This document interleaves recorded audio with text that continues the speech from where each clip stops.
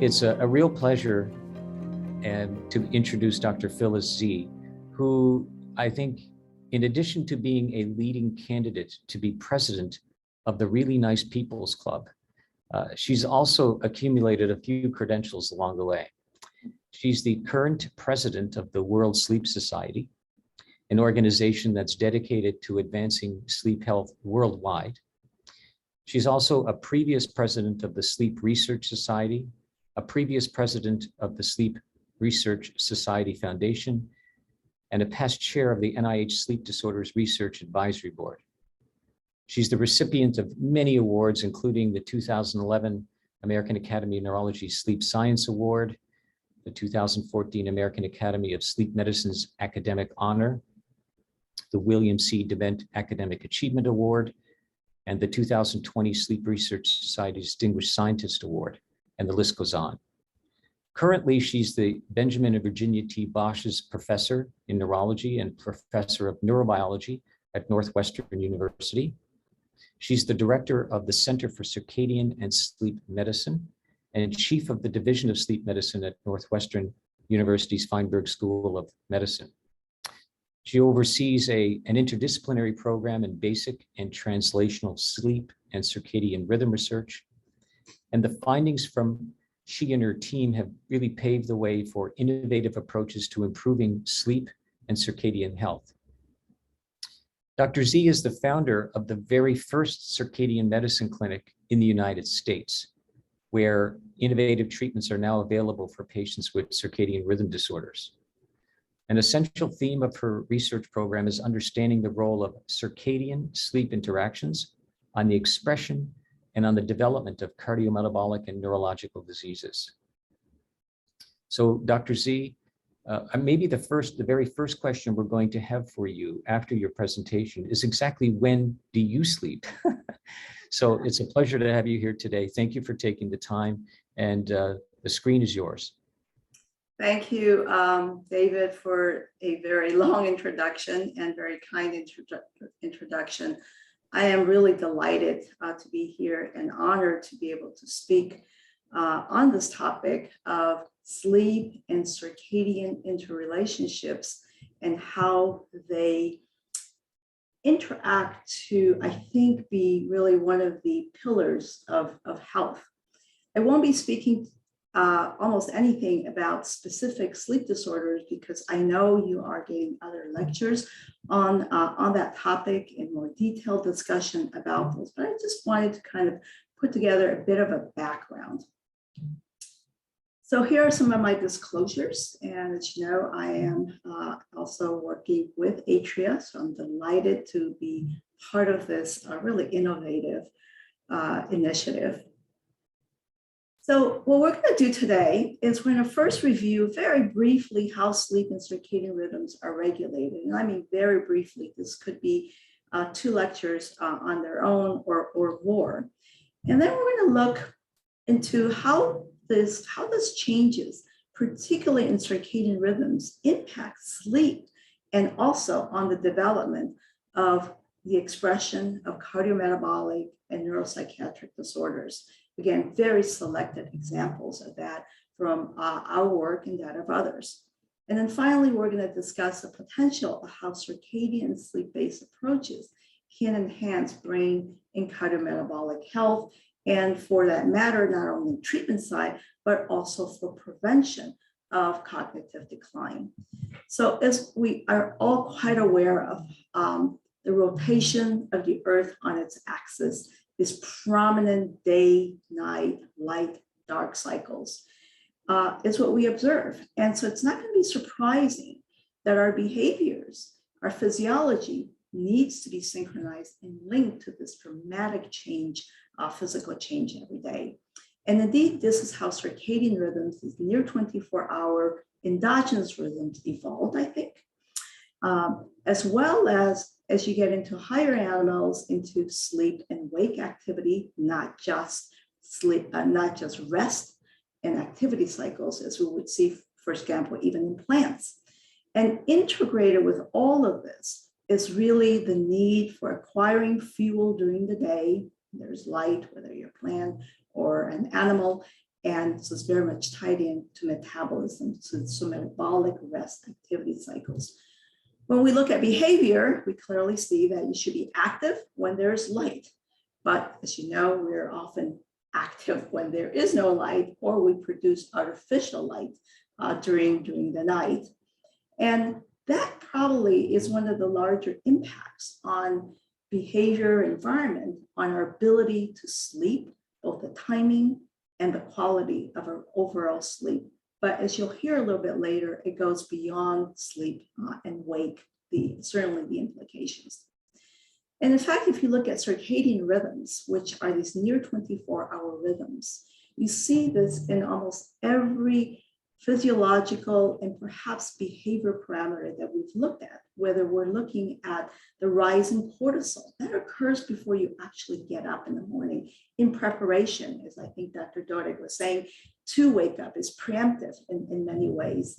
Rise in blood pressure also occurs before you actually wake up. There's this natural rhythm that begins to occur, preparation for standing up after a full night of sleep. Melatonin secretion stops.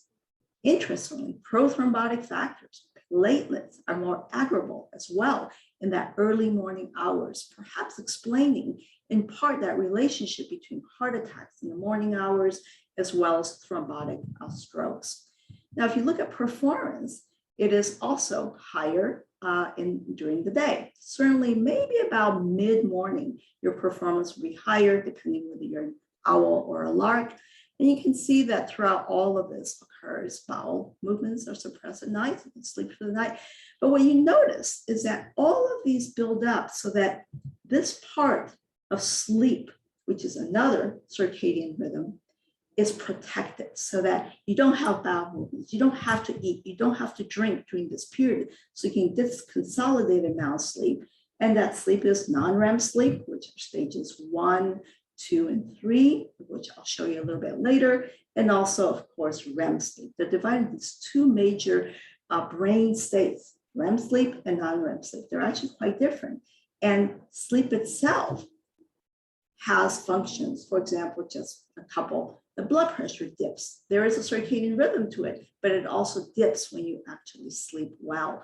Increased heart rate variability. So for example, the parasympathetic system is activated as a function of sleep.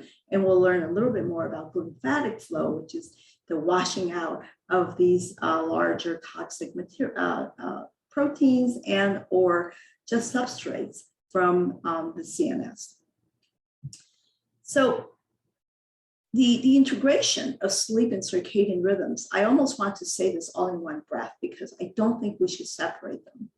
It's like a beautiful dance. It's harmony. So we have at the very top what we call the homeostatic drive. We'll talk about that first a little bit in the neurobiological basis for that. That is from a functional standpoint, the time from the time that you wake up to this morning to the time that you actually go to bed, there's this buildup of homeostatic substrates. And this is what we tend to think about when it gets dissipated at night. We think of this as the sleep, EEG, right? The slow wave sleep, the stage 2 sleep, and also the REM sleep that can occur here in the early morning hours. So that is one aspect of it. The other aspect that interacts with this homeostatic drive is the circadian system. And during the day, it's producing this alerting signal from the suprachiasmatic nucleus in the hypothalamus, counteracting this buildup of the sleep drive during the day so that we can actually stay up all day and only go to bed at night, only fall asleep at night. But melatonin from the pineal gland also gets secreted about 2 to 3 hours before you normally would be falling asleep. And it decreases the firing rate of these neurons in the clock, in the master clock, the suprachiasmatic nucleus, that's producing these wake-promoting, alerting signals. And therefore, it's a perfect synchrony where drive for sleep is very, very high, and drive for wakefulness now begins to decline here. And now we have a situation where you can now consolidate your sleep for 7 to 8 hours. So first, we're just going to talk about the homeostatic drive. I'm going to spend very little time on that. The majority we're going to talk about how circadian regulation interacts and very likely in many situations also regulates sleep. Of course, age, sex, lifestyle, disease, the things that we deal with in our clinical practice will affect differentially the homeostatic drive as well as the circadian system, and of course then their interactions. And I would pose that many of our sleep disorders, such as insomnia and some of the types of hypersomnia and perhaps even sleep apnea, is really this interaction of disease, obesity, lifestyle, and age that increases the vulnerability to many of the sleep disorders. Well, sleep is a very dynamic process. You just don't go to sleep. It looks like you just go to sleep and you lay down and you're very, very quiet. But in the brain, if you record the EEG, it's quite dynamic. There are different stages of sleep based on the EEG and the muscle activity and the eye movement characteristics. From wake, you can see very low amplitude desynchronized EEG. Then you can get into a lighter stage of sleep, again, desynchronized, but a little bit slower. But this is the EEG that we would see both in light sleep as well as in REM sleep. But of course, the difference is in REM sleep, you're intermittently paralyzed. And then we get into deeper stages of sleep. We're beginning to see some sleep spindles, some vertex sharp waves. This is probably the first real stage of non-REM sleep, because the individual is less aware of their environment. It's really disconnecting now a little bit from the environment. And then you can do deeper stages of sleep where there's a lot of slow wave activity and slow wave sleep, which is quite important, especially in aging, because that sleep declines dramatically with aging. And the low amount of slow wave sleep has been associated with an increased deposition, for example, of tau and A beta. Amyloid, which of course, as you know, is part of the pathophysiology of Alzheimer's disease. But sleep is also not only different stages, but they're temporally, there's architecture to sleep through the night. And you can see in the normal person, young normal person, the red are the REM sleep. You can see that there's about 90 to 120 minutes after falling asleep before you actually get the first REM period. That is normal, it's circadian gated. And then you start your night with lots of deep sleep over here, what we call M3 and 4 sleep over here, and then less of the M3 and 4 sleep, and then more REM sleep. So they're kind of exchanged for each other. But now just an example of a patient with narcolepsy.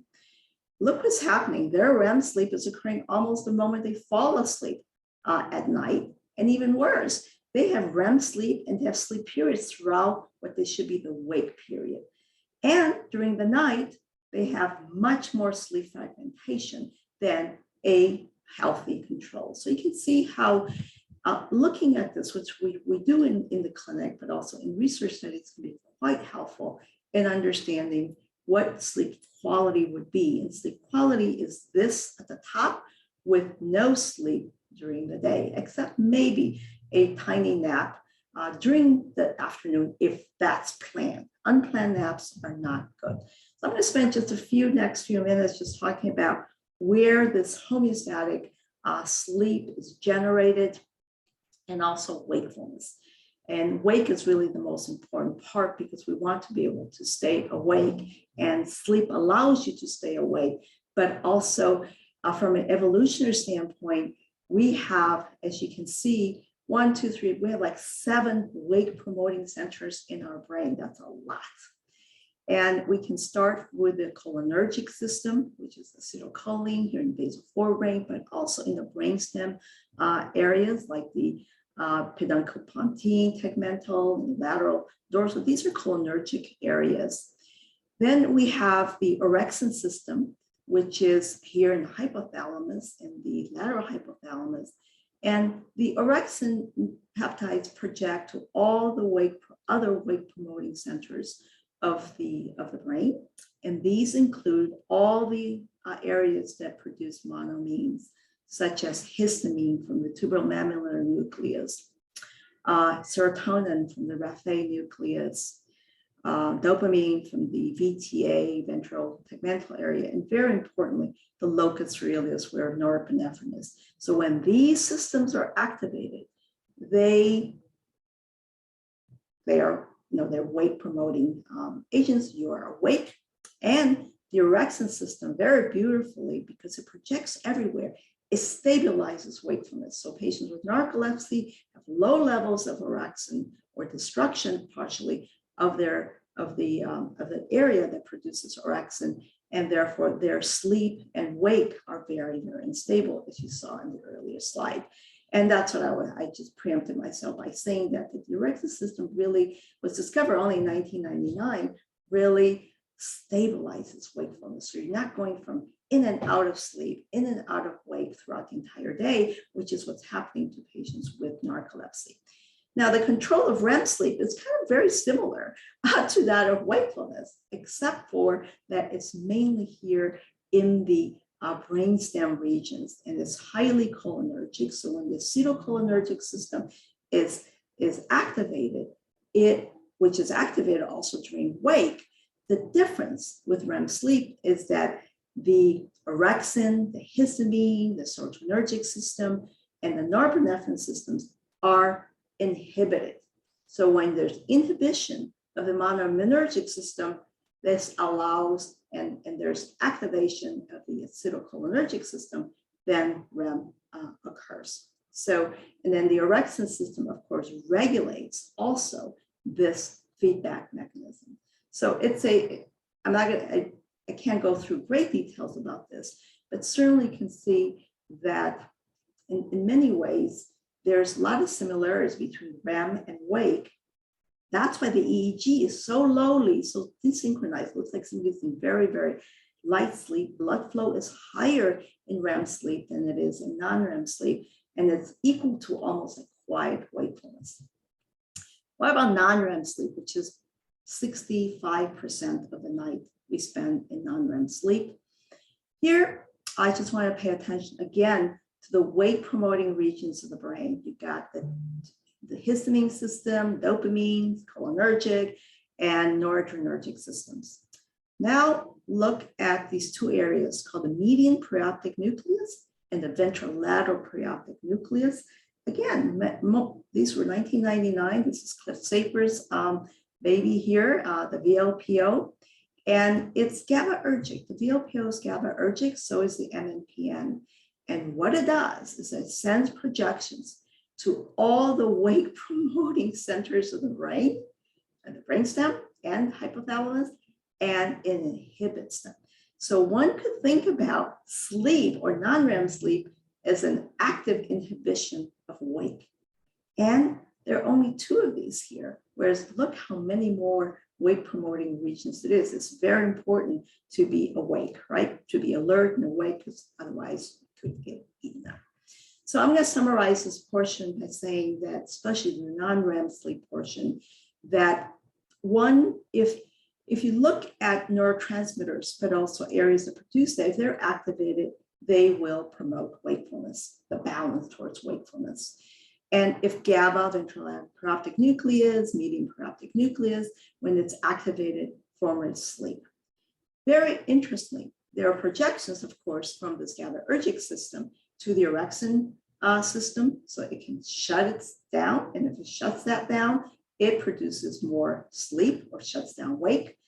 GABA also directly goes to the areas that promote wakefulness in the brainstem, the monoaminergic system, to begin to either inhibit it or when it's not activated to allow it to happen. So the default mechanism is actually wake. It's actually not sleep per se. So, and then also I want to say that adenosine is one of the homeostatic markers. It's one of many, but it is one of the more studied ones. And it appears that there are adenosine receptors here in this ventrolateral perioptic nucleus. And maybe that buildup of adenosine in the interstitial space, in the neurons, that may be one of the signals to trigger the sleep from the VLPO. So conceptually, we would say, well, this is really nice, but what does it matter? I'm just going to give you one example how it matters understanding this neurobiology. Because if you look at one of the most common disorders we have is insomnia. How does cognitive behavior therapy work? It affects the cognitive affective circuits. Cortex is top down, right? Benzodiazepine receptor agonists for the treatment of insomnia, highly effective, but it's got its issues. I'm sure you will learn when you have the insomnia lecture, or you already had it. It affects multiple levels of the neural axis. So it's very non-selective when you think about it. Antidepressants, the sedating ones, many of them are antihistaminergic and or anticholinergic. Again, very non-selective. They affect the neurotransmitters at receptors in multiple areas. And then we will talk about the circadian system in just a little bit, but just to make a point that it is this interaction that really produces sleep quality. And then the newer kids on the block, it's really the orexin antagonist for sleep, and then also in the future, orexin agonist for treatment of narcolepsy. And it is very specific, both in the brainstem regions, but also in the hypothalamus. So it's really hypothalamic with, as you saw, projections both to the cortex and also down through the brainstem into the spinal cord to actually affect motor tone and motor activity. So now let's talk about we talked a little bit about how sleep is regulated, sleep and wake is regulated in some of the regions. And now let's talk about the suprachiasmatic nucleus and the circadian systems, the tiny little nuclei. This is the center of a master circadian clock. It is one clock. It is master, but it is one clock. And it connects through a small pathway, the VPZ, to other areas of the brain through the dorsal medial hypothalamus to actually influence the activity of the sleep-wake regions and also down to the autonomic activity. So there's connections between these two systems as well. So what is this? So at the very center of this is the suprachiasmatic nucleus, which oscillates on its own. It's intrinsic oscillation of these neurons with a near 24-hour rhythm. Now, because human and most animals, their intrinsic clock period is not exactly 24 hours. It needs to be adjusted on a daily basis. And the strongest of these zygavers or time givers is the light itself. It is so interesting that in the retina, we have these melanopsin-containing retinal ganglion cells that are most sensitive to green-blue light. And that is the light that you see mainly in the morning. Natural light in the morning tends to be more blue, gets a little more green, and then gets into more kind of yellow, and then eventually orange and red at dusk. And so this system now it's entrained out to the light-dark cycle. It's also entrained to the sleep-wake cycle, generates that. To food, feeding can also be a very important zygaver, especially for these peripheral clocks, and then also affects the microbiota. So this whole combination of light information, of these behavioral and internal physiological markers such as melatonin, then sends this information is sent down to these peripheral clocks, primarily through the autonomic nervous system, although there are likely humoral signals as well to now entrain and synchronize the timing of the central clock, the light-dark cycle, all the feeding stuff with these peripheral clocks. So each of these tissues contain their own clocks, but the molecular clock is the same in all tissues. And of course, we can mess things up by having light at night, which I will talk a little bit about in a little bit. So I used to think when I was growing up, and that was a long time ago, and certainly in my growing up in my academic career, I meant that the that the circadian clock, this SCN, was top gun, and we had all these peripheral clocks, and it was all controlled by this SCN, which is what I just showed you a little bit. So it's more like an orchestra, right? But I think we're beginning to see that it can also be more like a jazz group. So it doesn't, that these peripheral oscillators in the brain and also in other tissues can also, they need to interact, and there's much more dynamic interactions at the peripheral level than we had thought it would be. And so that would occur even if our conductor was a bit drunk, for example, that there may be peripheral clocks that begin to take on the main role, where it's the violin or whether it's a drummer. And they begin, other clocks begin to take cues from this. So I think this is very, very cool. So really one of the fundamental changes that occur, at least in my career, was really the recognition that I can talk about sleep in a similar manner, but that this circadian clock genetic machinery exists in virtually all cells and tissues. That was new until the 1980s, actually. And clocks are not only about timing. We think about it as the circadian rhythms, about timing of sleep, timing of food intake, but it's actually, this clock genetic machinery is integrated into your metabolic, immune, neural pathways because it's so old, the system, that it's actually part of the regulation of metabolic pathways as well. And this is the core machinery, genetic machinery, where we have clock here in the middle, in the red was discovered Northwestern. It goes for circadian locomotor rhythms gone kaput. That's what it actually means. We sat around, I was a postdoc at the time, and it forms a dimer with BMAL here, another core clock gene. They dimerize, they sit on this E-box, and then they begin the transcription, translation of other circadian clock genes, primarily period and cryptochrome. These then go out into the proteins now go out into the cytoplasm. They get degraded by phosphorylation, for example. There's other ways of doing that. And then they dimerize again, they re-enter into the nucleus, and they shut their own production down. So it's an autoregulatory forward and negative, positive and negative components to this loop. And how quickly this cycle occurs determines the period of your circadian rhythm, whether it's 24 hours, 24.2 hours, 26 hours, or shorter than 24 hours. So people who are owls are going to be longer, that the cycle is completed a little bit longer than the 24-hour physical cycle. And those who are shorter, it's going to be a little bit shorter than this. So for that, as Dr. Dodig already mentioned, that the Nobel Prize was given to these three researchers, Jeff Hall, Michael Rosbach in the middle, and Mike Young in 2017, because of the realization, this wasn't, they discovered this clock gene in the 1980s, right?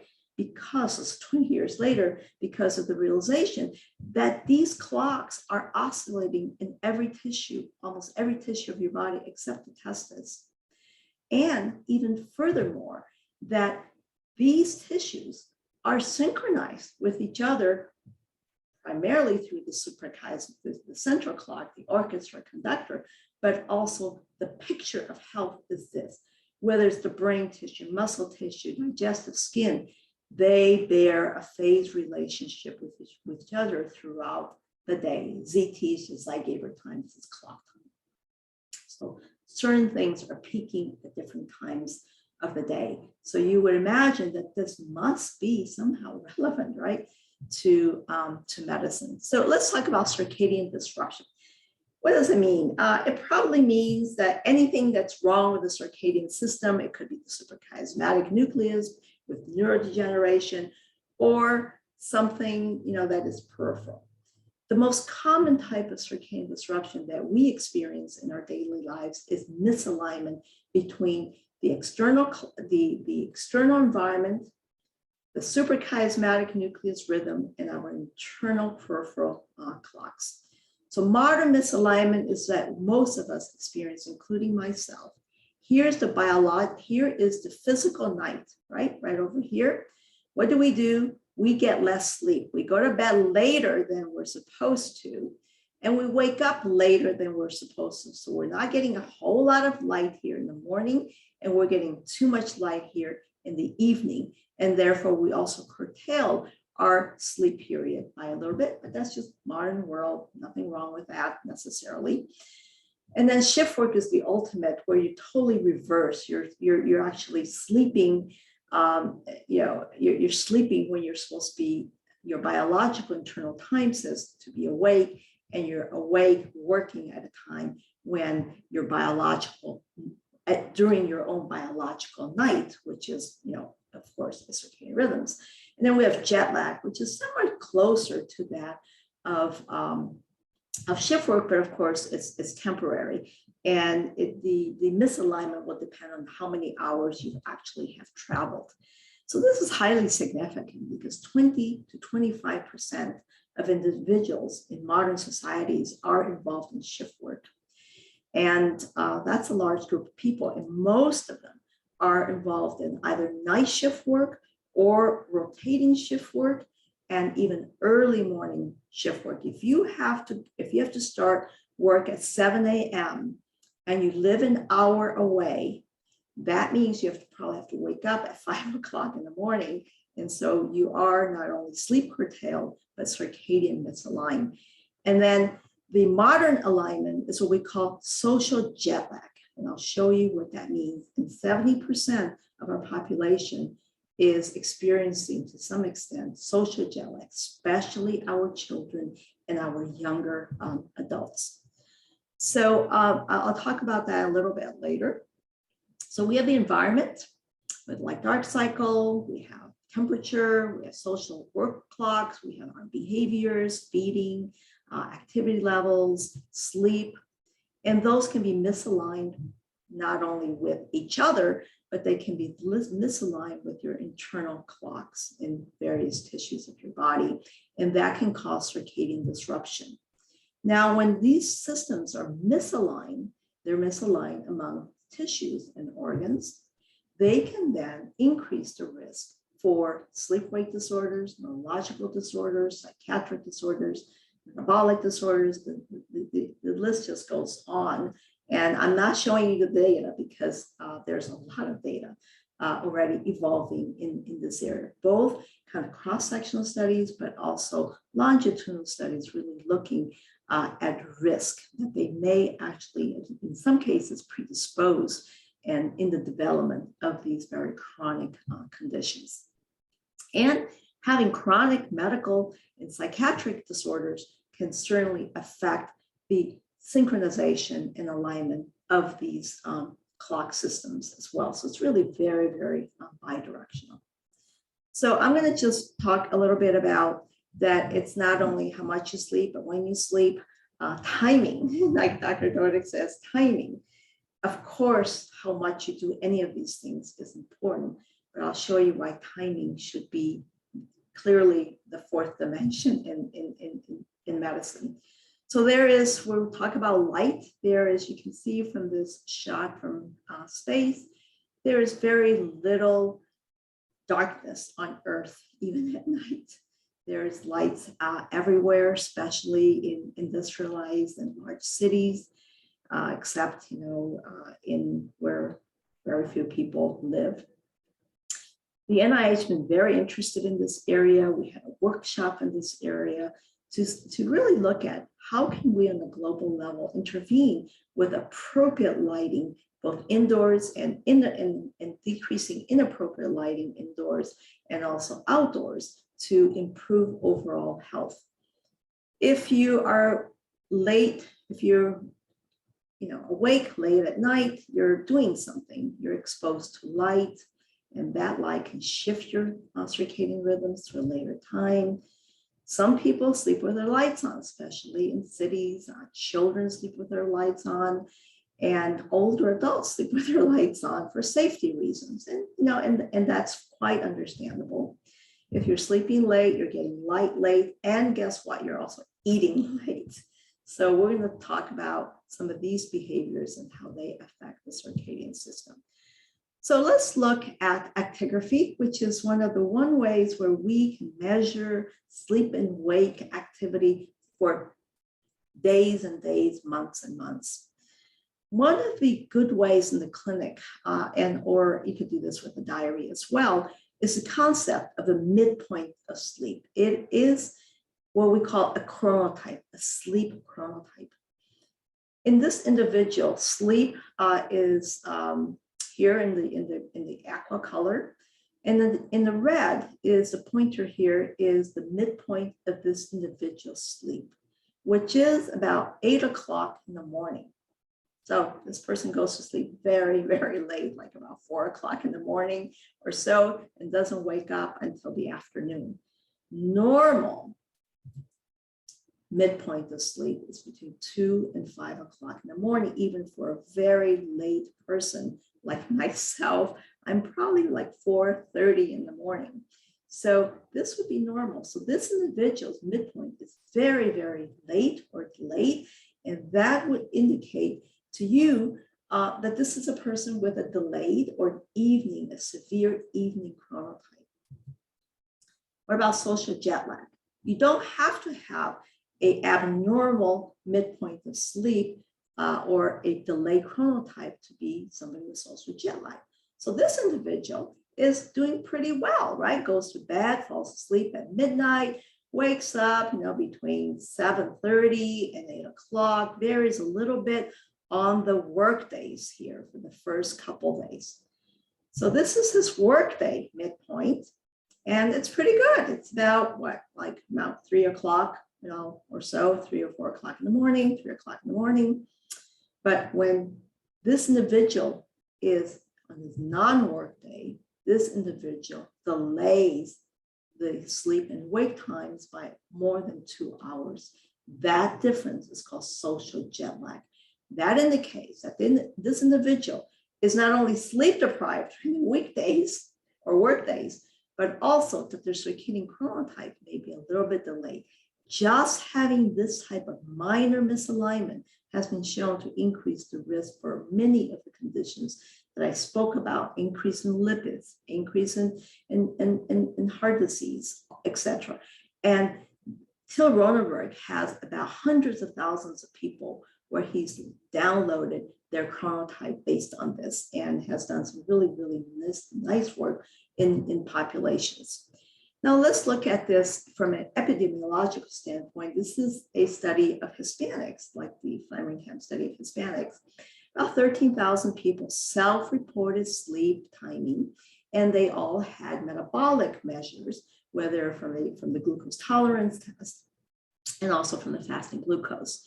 This is work done by Kristen Knudsen, and what she shows that the weekly bedtime, if it's late, it increases the risk for diabetes and also glucose intolerance. If your weekly mid-sleep, right, is late, it also increases the risk for diabetes and also insulin resistance as measured by the HAMA-IR. I apologize for, I'm near the hospital. I apologize for the sirens are going forward. And this is a pretty substantial. This is after we control for duration of sleep. Clearly, short sleep duration is also associated with all of these. We can now look at objective data using the actigraphy here, as you can see over here. This is done by Frank Facco, who was a postdoc in our group and now is head of maternal fetal medicine at the University of Pittsburgh. She looked at maternal fetal health, and we looked at very healthy young women, newly parented women, using actigraphy. So we put on this watch for over a week in about almost 800 women. And what you can see is that low sleep duration increases the risk for gestational diabetes by almost 2 times, 1.5 to 2 times. That's pretty high.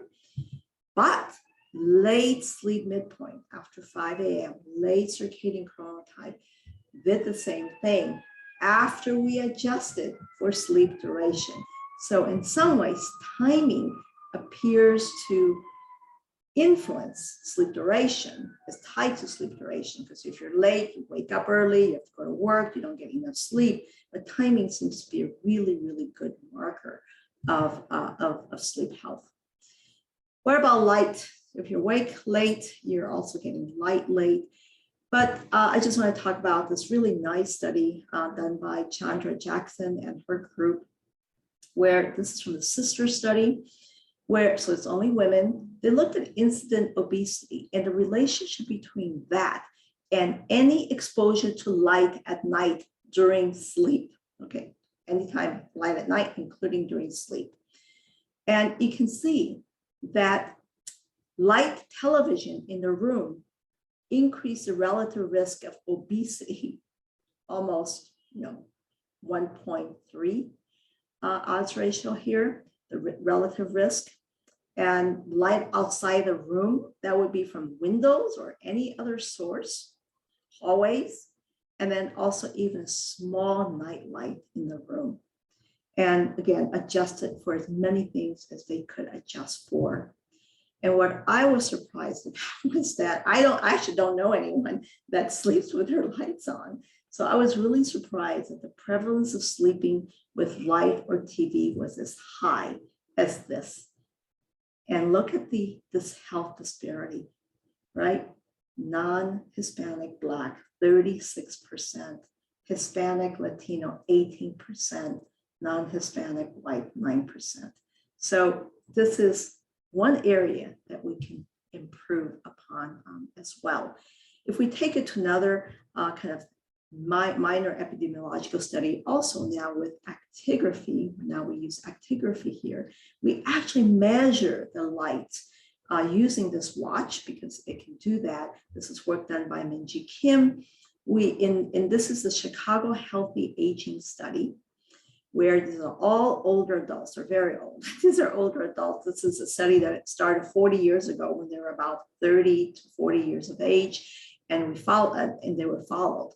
We did a cross-sectional sleep study here, and we did the watch and we evaluated them. And what you see here is that we looked at people who were exposed to light at night. So the LAN would be the light at night group. You can see that they did get more exposure to light here during the night period compared to the nightlight group. And the activity levels, the sleep-wake activity levels was really not all that different between the two groups.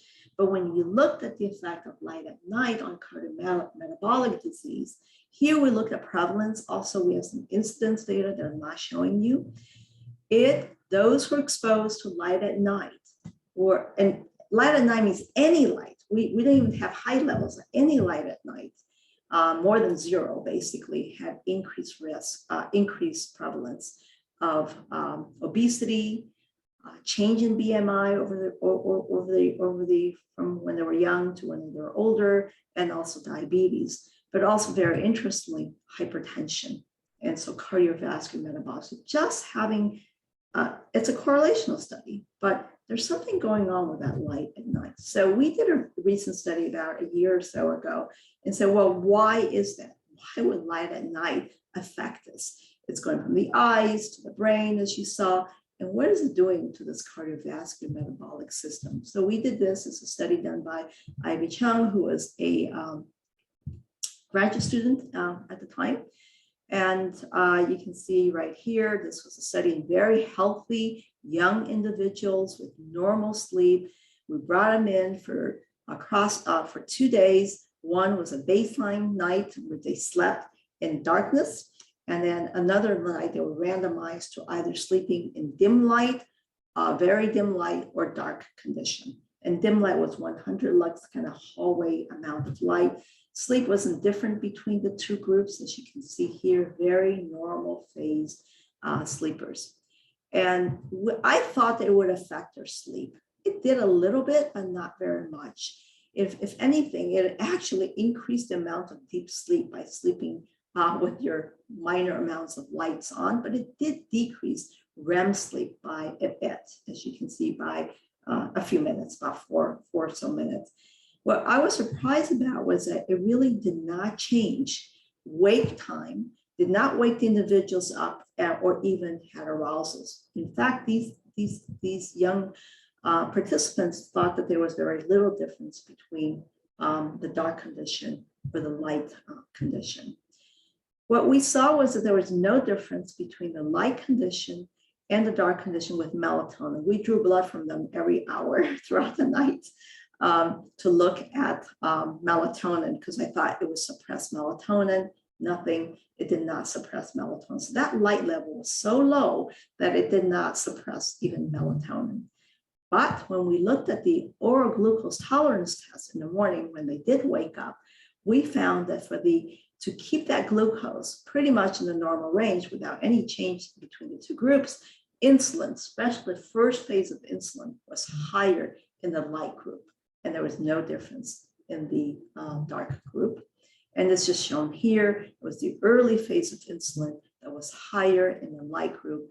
And thus, when you compute this, it translates into higher insulin resistance in the light group. What was also surprising to me was that in the light group throughout the entire night, we monitored heart rate. And you can see that the heart rate was higher in the light group throughout the entire night, throughout the 470 or 60 minutes that we recorded it, compared to really no difference between the two states and between the two nights in the dark condition. And very interestingly, the change in insulin, certainly the first phase of insulin, was correlated with the change in heart rate, implying to us, we can't say for sure, that light was affecting these changes through an autonomic, so the brain was seeing it and it altered autonomic activity. Remember, that was a big relay station between the brain, whether sleep-wake areas or the circadian system, to the peripheral rhythms. So next we'll talk about eating. So there's lots of interest in the timing of eating and how that may cause obesity. I'm just going to go through this a little more quickly. This is a study again done by Kristen Knudsen and her group. They looked at meal timing from a 3-day food diary, and they just computed the time when either 25%, 50%, or 75% of the total caloric intake was taken. They looked at the Masuda index here instead of the HAMA-IR, and they looked at the 25% of total energy according to clock time. And you can see that the later the eating, the higher the insulin resistance. And very similarly here, if you look at the proportion of food intake, early versus late in the day or later in the day, you can see that later in the day increased insulin resistance or decreased insulin sensitivity. This is a larger study from the Ames-Haynes study of over 10,000 people. And here, again, went back to using the HAMA-IR instead of the Matsuda index. And what's really interesting about this study was the following. We know that the eating interval is important for metabolic regulation, right? So less than 10 hours, it's a short eating interval. We know that's important, but in this study, they said, what about, after looking at the same eating interval, right? 10 hours, let's say, which is pretty good. And whether it started before 8:30 in the morning or after 8:30 in the morning, starting later after 8:30 in the morning was higher, had higher insulin resistance. And the same thing for the 10 to 13 hour eating interval, which I think is really showing again that timing matters. Is not only the amount or the duration of the fast, but when you are fasting matters. So I'm just going to summarize here that there's misalignment between internal, external rhythms, physical environment, our behaviors, and that actually affects not only our organs, but at the molecular level, it's affecting our clock genes and their synchronization with the environment, but more importantly, their own function in their metabolic and their inflammatory pathways. And of course, so I'm going to actually go very quickly. I'm running a bit out of time here. I do want to get But I just wanted to show you that this affects the microbiome, the circadian clock and the microbiome, they need to be in the synchronized dance. The microbiome, as you know, have a different circadian clock genetically than that of the host. But there's this beautiful, and it's related to when you eat, of course. For example, the lactobacillus is lower here during the resting period, more active here. This is both in animals and also in humans. This is an animal study that I'm going to show you. And then what they did was they created this biosis either by shifting the light-dark cycle or other methods, and then they implanted into a germ-free animal to see what it did. This is a little too busy, but I just wanted to pay attention to the last panel here. So this was a jet lag. They jet lagged the animals. This was the dysbiosis that they created. And what you can see very nicely is if you transplant the fecal matter of the jet lagged animal into a germ-free animal, you can see that it actually in the jet lag fecal matter, I guess microbiota, you can see higher weight in this group, as well as poor glucose, higher glucose, and also percent body lean mass was lower in the group that was jet lagged. In the group that received a jet lag transplant. They did this also in humans, just 2 humans. They flew them around the world. It's here. They flew them to Europe, or actually a little, not quite Europe, a little further than Europe. And they took the feces of the jet-lagged individuals, they put them into the germ-free animal, and look what happened. It also, you can see that it also, the animals had higher weight across the 25 days and also higher glucose levels. So it's happening. So this synchronization between the internal rhythm and that, even though the microbiota can cause disease. So I'm not going to show you any more data about this, because I'm just telling you, we at Northwestern have a program project grant and an R1 to really look at, can we use feed fast cycles? Can we use all of these to entrain the peripheral clocks and then improve the crosstalk between central and peripheral rhythms to improve health. So next, I'm just going to talk quickly about a couple areas that we are working on. Neurodegeneration, and if I have time, ICU delirium and liver disease.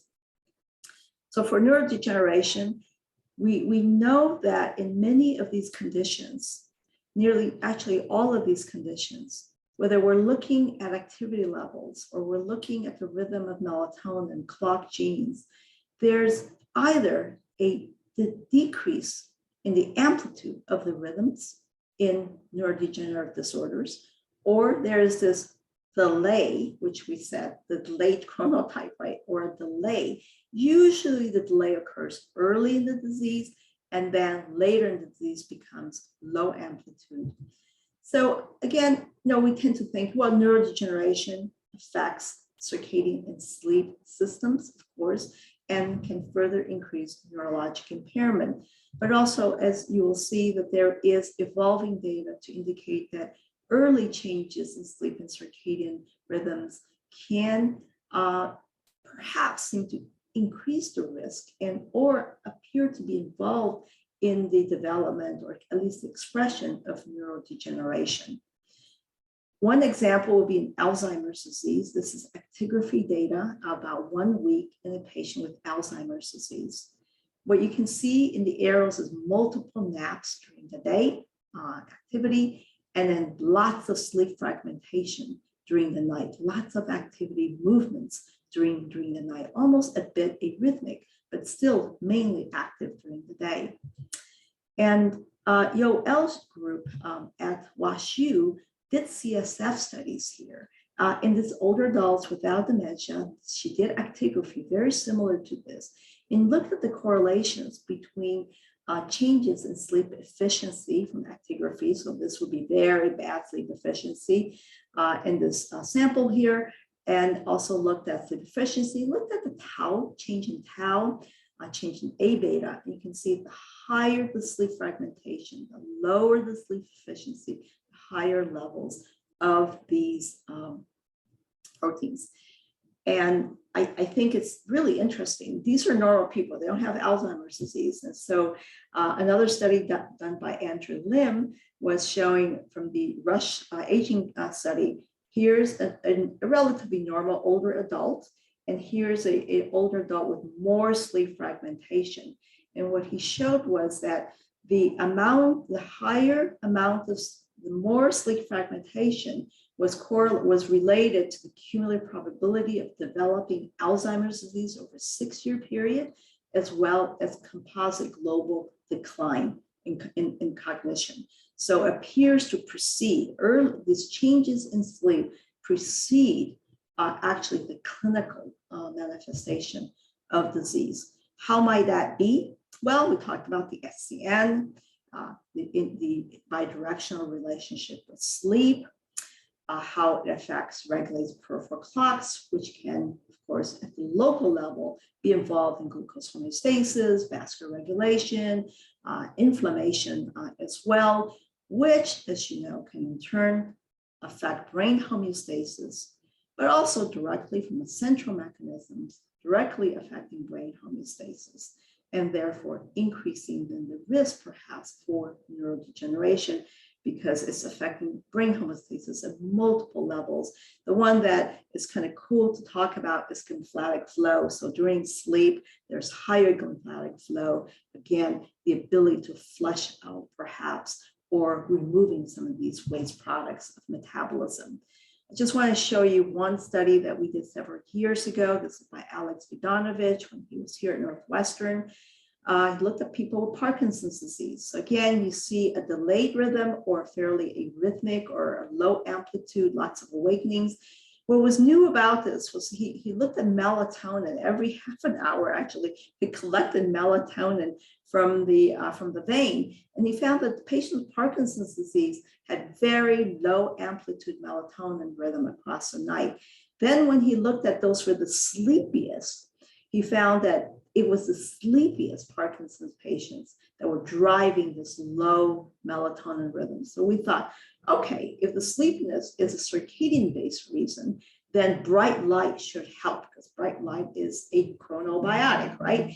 It's and that's exactly what he did. He did 3,000 lux of bright light in the morning and in the afternoon, and he found that it improved the Epworth Sleepiness Scale, meaning people were 5 points more alert, which is pretty substantial, and improved sleep quality, sleep fragmentation, latency, and some aspects of the UPDR score. And this is now a clinical multicenter neuronext clinical trial on light therapy in patients with Parkinson's disease. Then I just want to talk a little bit about the circadian in the ICU, a new evolving area. This is Matthew Moss. He's a neurocritical care attending here at Northwestern. This was his K23 award with me at Northwestern. And he said, well, you know, one day people are in a normal life, they get into the ICU and everything is messed up. Their peripheral clock rhythms are messed up, their sleep is messed up. So what should we be doing here? Can we restore these rhythms? First, there was little understanding. There was hardly any data in this area until fairly recently. So I thought there was too much light in the ICU, right? That's what we always say, too much light in the ICU because we have to take care of them during the night, especially during the night. It turns out when we looked at the watch data, that there was too little light during the day in the ICU. These are your ambulatory controls, age match. These are other hospital patients.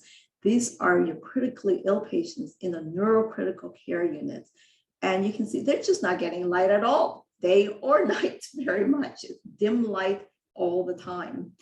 And then you can look at their activity levels, according to the Glasgow Coma scale, very similar that the ICU patients, these are at bed rest, but you can see that the ICU patients have very low amplitude activity, but you would expect that because they're not moving a whole lot, they're in bed. But this is even though compared to those who we call bed rest controls, who are getting MSLTs, you're still moving, okay? If you're awake, you're still moving a little bit. And then he looked at melatonin levels. You can see the higher the encephalopathy, the lower the rhythm of melatonin. And it's just basically everywhere, whether, and in the blue are the critically ill patients. You can see it's really all across the 24 hours. There is no good phase. The green should be what you should be seeing in a normal age match control. It's not as spread out. This is the timing of melatonin, the onset of melatonin, or the peak of melatonin. It's each of these dots. And this is very similar if we look at urinary melatonin, which we also looked at. So he went on to say, well, I have blood, so I can do RNA-seq. I can actually look at gene clock gene expression in these individuals. And that's what he did. And very easily, these are the healthy individuals. These are the individuals in the ICU, healthy in ICU. And it's very clear that if you look at the core clock genes like BMAL, cryptochrome, or clock, as you saw earlier, there's a dampening or there's no rhythm of the day-night expression of these genes, which are fairly, as core genes, they should be very, very robust. So I think that gives you the potential that to start beginning to look at interventions in the ICU, because failure to normalize rhythms may influence illness recovery and could be an opportunity for therapeutic interventions. And this is where we're going. This is where Matthew is going in the next phase with his R01s. Finally, I just want to talk about this important for those of us who practice medicine and look in the future. Well, if this is all true, then does it matter when we give drugs? Well, certainly it should matter. Pharmacodynamics change according to diurnal rhythms, so do pharmacokinetics, right? Especially when drugs are targeting specific organs who are rhythmic. Enzymes are rhythmic. So let's look at this for the basis. About 1,000 drugs are metabolized or transported or act on a clock-regulated gene output. This is the mouse circadian atlas, but let's just look at the human one. Let's say there's 16,000 genes or 17,000 genes. About half of those are cycling diurnally on a circadian basis. And out of those, about 900 or nearly 1,000 are targets of common drugs. Look at these drugs, clock-regulated drug targets. Some of those you probably recognize, right, that we actually prescribe here. There are quite a few of these. They're drug targets. And if you look at, and then which are the organs that they're targeting, and you can see it's many, many of our rhythmic organs. So it's, I think, I don't want you to read all of this, but certainly just give you an idea. This is just the tip of the iceberg here. Very few trials actually test more than one time a day for any medications. But if you go into literature, there were a few, there were 106 of those. And when you looked at it and you said, does this time of day effect matter? Mostly, yes. No would be in this brown color. And particularly for those like hypertension. And there's a really interest from NHLBI right now looking at this timing of your antihypertensive medications matter. And there's great controversy. If you want to ask me about that, I can certainly discuss it. There's great controversy because the studies were not done very well. And the cardiologists are not quite accepting that yet. Cancer was something that has been looked at for many years now. Again, we're not quite there yet to really implement it in the clinic. But this is, again, this is a study that was very, very recent. This is an animal study done in mice. They looked at, they tested all these various anti-cancer drugs, 126 of them, and they found that drugs with rhythmic effects, and here they were looking at the IC50. Again, don't look at all of these. This is a little too busy here. But just to drive home the idea that the chronotherapeutics and chronopharmacology may be something that we should be thinking about in the future. So enhancing circadian rhythms can also optimize sleep quality, as well as the health at the individual levels. We have disease with circadian, and really the idea would be, can we improve these by enhancing either the amplitude of these circadian rhythms and or improving the phase, advancing the phase.